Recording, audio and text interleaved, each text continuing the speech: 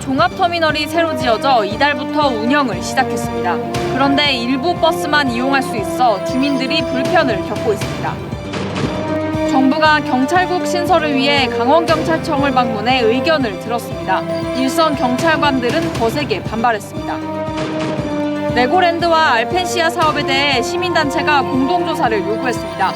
하지만 김진태 도지사가 난색을 표하면서 비판이 제기되고 있습니다. 영동 지역에서 처음으로 동해시가 지역화폐에 모바일 결제를 도입해 눈길을 끄고 있습니다.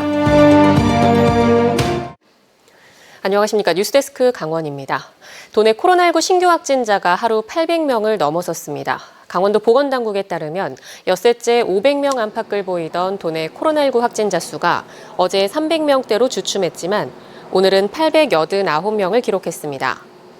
오후 6시 기준 지역별 확진자는 원주 197명, 춘천 244명, 강릉 122명, 동해 46명, 삼척 41명, 속초 33명, 고성 19명 등이며 누적 확진자는 53만여 명입니다. 지난주 평균 확진자 수는 495.5명으로 한 주 전 286.4명보다 200명가량 급증했습니다. 강원도 내에 머물렀던 기압골이 물러가면서 비는 소강 상태를 보이고 있지만 영동 지역에는 내일 낮까지 빗방울이 떨어지는 곳이 있겠습니다. 예상 강수량은 강원 중남부 지역이 5에서 20mm, 북부 지역은 5에서 40mm입니다. 오는 수요일부터 목요일까지 영동 남부 지역은 최고 60mm, 도내 나머지 지역에는 30에서 80mm, 영서 중북부 지역의 많은 곳은 120mm 이상의 비교적 많은 비가 오겠습니다. 비의 영향으로 폭염이 주춤하면서 내일 낮 최고 기온은 강원 내륙 29에서 32도, 산지 23에서 25도, 동해안 24에서 26도로 오늘보다 3도 안팎 떨어지겠습니다. 지난 1일 양양의 새로운 종합 여객터미널이 문을 열었습니다. 멀끔한 종합터미널이 들어서면서 주민과 관광객들은 교통 환경이 크게 좋아질 거라며 기대가 컸는데요. 그런데 막상 문을 열고 보니 민원이 빗발치고 있습니다. 어찌된 일인지 이하라 기자가 취재했습니다. 고속버스에 이어 시내버스가 연달아 터미널 방향으로 들어옵니다.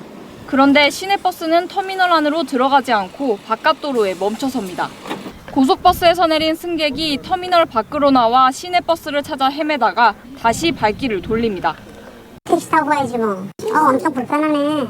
옮겨가지고 괜히 바쁘게 만든 사람들. 종합 여객터미널로 문을 열었지만 시내버스와 마을버스는 안내 표지판도 하나 없어 승객들은 불편을 겪고 있습니다. 터미널 한쪽에는 시내버스 정차 공간과 정비소가 마련돼 있지만 시내버스 업체는 사용을 꺼리고 있습니다. 새로운 터미널 시설을 사용하려면 터미널을 운영하는 업체 측에 사용료를 내야 하는데 부담이 되기 때문입니다. 금액이 어느 정도 너무 높으니까 임대료 부분이 회사 자체가 좀 어려운 상황에서 월 거의 1,000만 원 가까운 임대료를 내고 들어간다는 건 현실적으로 좀 무리가 있습니다. 탑승객이 계속 줄면서 지난해에만 10억 원 손실이 났는데 새로운 터미널로 옮기면서 사용료 부담이 100만 원에서 1,000만 원으로 10배가량 뛰었다는 얘기입니다. 양양군이 손실액을 지원해준다고 해도 80% 안팎에 불과해 터미널 사용료로만 수천만 원을 더 내기는 부담된다는 겁니다. 이렇다 보니 무더위에 시내버스를 타려는 승객이나 뜨거운 아스팔트 위에서 간이 의자를 펼쳐놓고 대기해야 하는 버스 기사들은 여간 힘든 게 아닙니다. 승객들은 땡볕에서 기다려야 되죠. 안에 들어가 있으면 안에 실내에서 휴게실에서 쉬다가 다음 그거 맞춰서 나오면 되는데 더운데 여기 밖에서 좀 계속 대기를 해야 되고 잠깐 들어왔다가 또 바로 나가면은 이게 일이 계속 연계가 되기 때문에 피곤하면 계속 쌓이거든요. 사정이 이렇지만 양양군은 어쩔 수 없다는 입장입니다. 새로운 터미널 운영회사는 경쟁 입찰을 거쳐 공정하게 정해졌고 시내버스 업체에 대한 손실 보전액도 규정에 따라 충분히 지원하고 있다고 말합니다. 농어촌버스 운영회사인 강원역에서는 우리 사용료에 대해 충분히 재정 지원을 한다고 하였음에도 터미널 사용을 거부하고 있는 상황입니다. 새로운 터미널 운영회사 측도 양양군에 매년 2억 1,900만 원을 내고 5년간 터미널을 운영하기로 해 시설 사용료를 받아 지출 비용을 메꿔야 하는 상황이라며 답답하다는 입장입니다. 주민들의 큰 기대 속에 양양 종합터미널이 문을 열었지만 운영 초기부터 승객 불편이 야기되면서 볼멘 소리가 터져나오고 있습니다. MBC 뉴스 이하라입니다. 경찰국 신설에 대한 일선 경찰관들의 의견을 듣는다며 행안부 차관이 강원경찰청을 방문했습니다. 행안부 내 경찰 업무 조직 신설이 새로운 통제가 아니라며 진화에 나선 모습인데요. 오히려 일선 경찰들의 반발은 점차 거세지고 있습니다. 이승영 기자입니다. 한창섭 행정안전부 차관이 강원 지역 경찰들과 만났습니다. 행안부 내 경찰국 신설에 대한 일선 경찰들의 반발을 의식해 이상민 장관이 광주경찰청을 방문한 데 이어 한 차관도 강원경찰 민심달래기 행보에 나선 것으로 읽혀집니다. 하지만 일선 경찰들은 경찰국 신설에 반대한다는 뜻의 검정 마스크를 쓴 채 한 차관을 맞았습니다. 한 차관은 행안부 내 경찰 업무 조직 신설은 그동안 비공식적으로 운영되던 청와대의 경찰 지휘를 헌법과 법률에 따라 행사하기 위함이라고 밝혔습니다. 청와대 민정수석실과 치안비서관을 폐지하고 헌법과 법률이 정한 바에 따라서 예측 가능하고 투명하게 행정을 하고자 하는 것입니다. 20명 조직이 13만 경찰을 장악한다는 것은 물리적으로 가능하지 않다는 점 또한 강조했습니다. 하지만 강원경찰청과 원주, 강릉경찰서 등 직장협의회는 비공개 간담회가 끝나고 난 뒤 경찰국 신설을 이미 결정한 보여주기식 간담회였다는 날선 비판을 내놨습니다. 광주와 달리 장관이 아니라 차관이 방문한 것에 대한 불쾌한 감정도 숨기지 않았습니다. 설치돼서 실질화된다면은 정치 권력에 의한 정권에 의한 독재로 갈 수밖에 없다. 우리는 국민의 통제를 받겠다. 그런 입장입니다. 특히 경찰국 신설안이 철회되지 않는다면 전국 경찰직장협의회와 함께 투쟁 강도를 높여가겠다고 덧붙였습니다. MBC 뉴스 이승현입니다. 시민단체들이 레고랜드와 알펜시아 불법을 조사하자며 강원도와 도의회에 공동조사 특별위원회 구성을 요구했습니다. 하지만 김진태 도지사는 시민단체들 입장에 공감한다면서도 공동조사 특위 참여에는 난색을 표했습니다. 강화길 기자가 보도합니다. 즉각 구성하라! 구성하라! 구성하라! 구성하라! 시민단체들은 레고랜드를 치외 복권 지역이라고 말했습니다. 배짱 주차를 징수해도 눈 감고 4번이나 사고가 나도 놀이기구는 돌고 상가 부지를 수의 매각해도 문제가 되지 않는다는 겁니다. 이처럼 불법과 불공정이 난무해도 강원도는 시정하지 않았다. 대신 일개 외국 회사의 뒷배가 되고 있다고 비판했습니다. 불법의 근원인 불공정 계약부터 개정해야 한다는 겁니다. 알펜시아도 입찰 담합에다 저가 매각 의혹이 있다고 했습니다. 그래서 레고랜드와 알펜시아 진상 규명을 하자고 요구했습니다. 강원도와 도의회가 공동조사 특별위원회를 구성하자는 겁니다. 알펜시아 조사 특위를 강원도 의회와 시민사회와 함께 구성하겠다라고 하는 명확한 찬성 답변을 주었기 때문에 이와 관련된 부분들은 추후에 의심의 여지도 없다라고 보고 있습니다. 시민단체들은 이렇게 자신하며 도지사를 직접 만났습니다. 하지만 김진태 도지사는 다른 말을 했습니다. 강원도가 이 사업의 주체여서 참여가 어렵다는 겁니다. 조사 특위에 우리 강원도가 같이 들어가고 하는 것은 이것을 하게 해 나가는데 해결해 나가는데 오히려 조금 부담이 될 수도 있는 법적으로나 뭐 이제 그런 상황이 좀 있습니다. 이 발언은 도지사 선거 후보 시절 입장을 뒤집는 것입니다. 당시 김 지사는 특위와 기구 설치 요구에 찬성한다고 했습니다.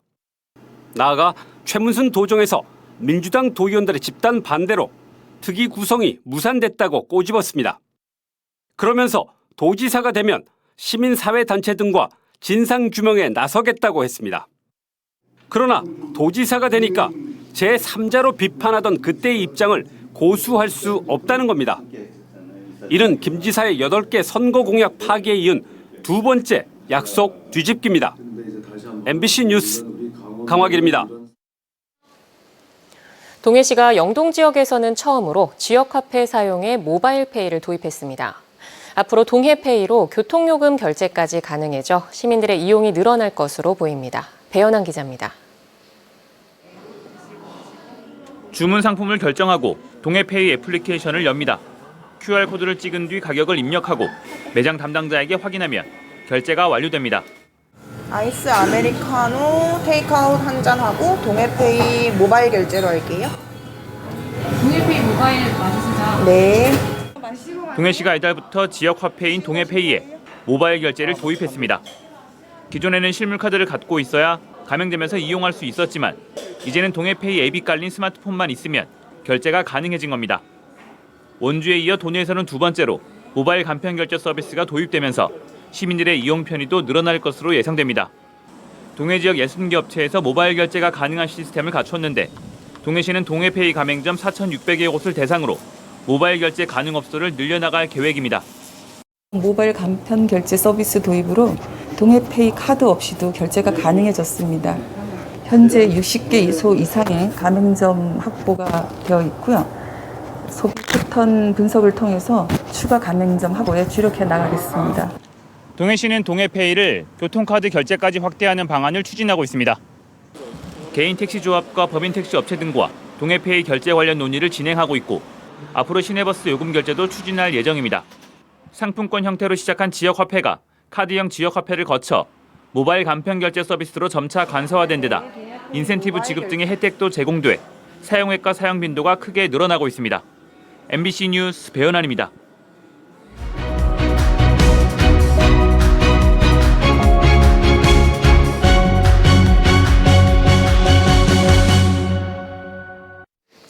동해시의회가 임시회를 열고 제9대 전반기 의장단을 선출했습니다. 오늘 오전 열린 임시회에서 더불어민주당 소속인 재선의 이동호 의원이 과반수 득표로 전반기 의장에 당선됐고 부의장에는 국민의힘 최명관 의원이 선출됐습니다. 원구성을 마친 동해시의회는 오는 14일 개원식을 갖고 15일부터 동해시의 업무 보고를 받을 계획입니다. 강원 동해안해수욕장이 이번 주까지 순차적으로 모두 개장합니다. 강릉과 양양에서 지난 8일에, 속초시에서는 9일에 해수욕장이 문을 연 가운데 동해와 삼척에서는 모레, 고성 지역에서는 오는 15일 해수욕장이 개장합니다. 개장 기간은 다음 달 말까지 최대 50여일이며 강릉 경포와 속초해수욕장은 각각 21일과 22일부터 다음 달 7일까지 야간 입수를 허용합니다. 지난 2019년 8월 속초의 한 아파트 신축 공사 현장에서 건설용 승강기가 추락하면서 해체 작업을 하던 근로자들이 숨진 사건과 관련해 1심에서 유죄를 선고받은 관계자들이 항소심에서 감형됐습니다. 춘천지법 강릉지원 제1형사부는 1심에서 각각 징역 2년과 금고 1년을 선고받은 건설용 승강기 해체업체 대표와 승강기 임대업체 대표의 원심 판결을 파기하고 각각 징역 1년에 집행유예 2년과 금고 6월에 집행유예 2년을 선고했습니다. 1심에서 벌금 2천만 원을 선고받은 승강기 임대업체는 벌금 1,500만 원으로 감형됐습니다. 재판부는 피고인들이 피해자 유족들과 합의했고 당시 사고가 매우 이례적인 방식으로 발생한 점 등을 고려했다며 양형 이유를 밝혔습니다.